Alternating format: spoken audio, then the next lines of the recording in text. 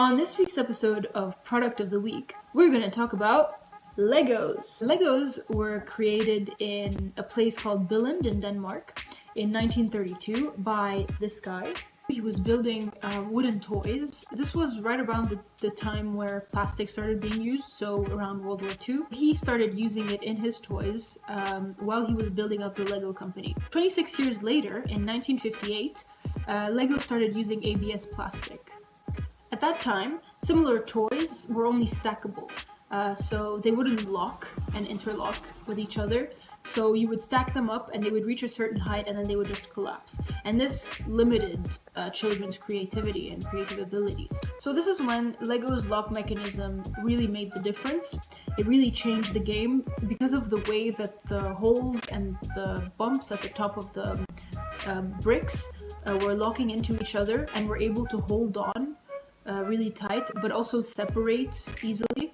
Now we were able to build these huge structures, complex and different shapes, and it wasn't only about stacking anymore, it was about building. The advantage that Lego had was the ABS plastic, which is why it's hard to use any other material. ABS plastic has this give. So imagine Tupperware plastic. When you close the lid, the reason why you're able to lock it into place is because the plastic moves slightly from its original shape. So that's kind of the same principle for the Lego block, where the plastic will give to lock into place. So let's talk about manufacturing. Lego uses something called plastic injection molding for their bricks. It's a really interesting way of replicating the same shape as many times as you want. So this is really useful for Lego because they do produce the same shape over and over. Lego brick starts as little plastic pellets that are brought to the factories.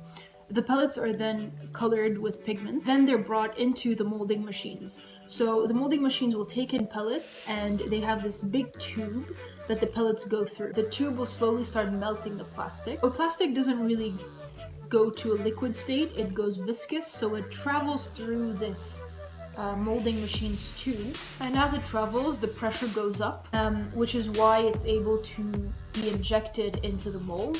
So the mold is at the end of the machine, you can replace it and you can maintain it and you can reuse it over and over. So the plastic is slowly injected into the mold where you have all the different brick shapes, and then as soon as it's done filling it, the mold will open, and as soon as the brick is exposed to ambient air, it'll cool down and they could just pop it off and send it to storage.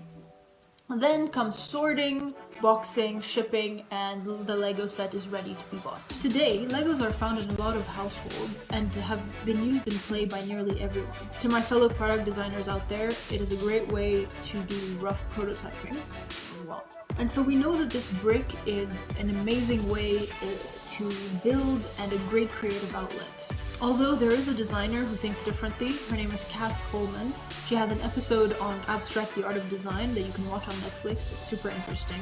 I won't get into too much detail, but she believes that when you give kids real materials like wood, metal, and things that aren't plastic, they tend to be more confident and more creative with their play and later on in their lives as well. Now, getting back to Legos.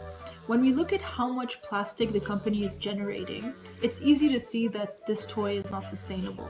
Lego actually produces 36 billion bricks a year. That's a lot of plastic, which we are now discovering ends up in our food and water. We eat about a plate full of microplastics every year. So what is Lego doing about this? Lego plans to be using fully sustainable materials in their products by 2030. They have already been switching their ABS plastic for sugarcane polyethylene in a few products. Please let me know in the comments, let's have a discussion. Like this video if you enjoyed it, subscribe for more products every week, and I'll see you later.